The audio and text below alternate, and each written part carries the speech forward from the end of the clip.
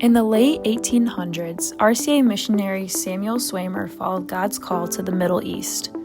Along with a focus on medical care and education in the area, Swamer helped establish the National Evangelical Church in Bahrain. The church is now home to 7 different language-based congregations, one of which is the English language congregation, pastored by RCA missionary Blaine Newhouse. The ELC values both the study of God's Word and the service to other people. We have no less than a dozen ministries at the ELC that have started just from this missional imagination. What would it look like if the church did this?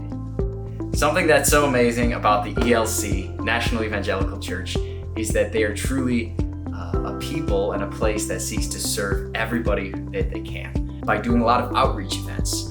One example of that would be in the way that they serve the migrant laborers, particularly like manual laborers, construction workers, workers at oil companies and aluminum companies. They had a large outreach event that was distributing food that they do regularly, and that's a beautiful thing where they just connect right in those tenement halls where those laborers live.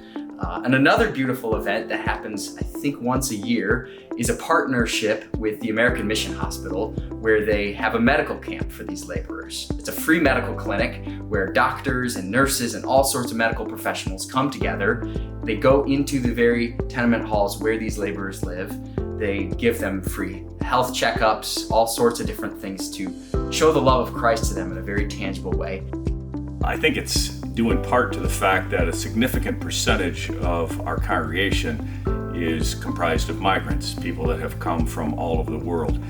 And those who have had that experience often have compassion for others that they see traveling a similar road, and especially those that are struggling on that road.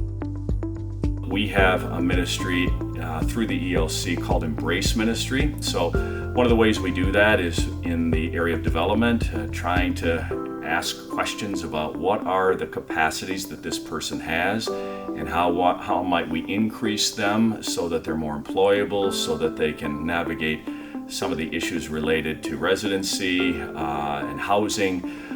And we also provide skill training and development. So these are kind of the things that we have in our toolbox to offer migrants that come that are wanting to move from aid and develop some skills or develop some understanding about how better to thrive in Bahrain. So what does it look like for a church to build capital with a community, to get to know the community, to ask the kinds of questions that you can learn who are the positional leaders and who are the influence leaders, and how to get them at the table and ask them to share their understanding of community and how the church could be helpful, and let them lead rather than the church come in and say, we're in charge and we're going to do things the way that we think they should be done.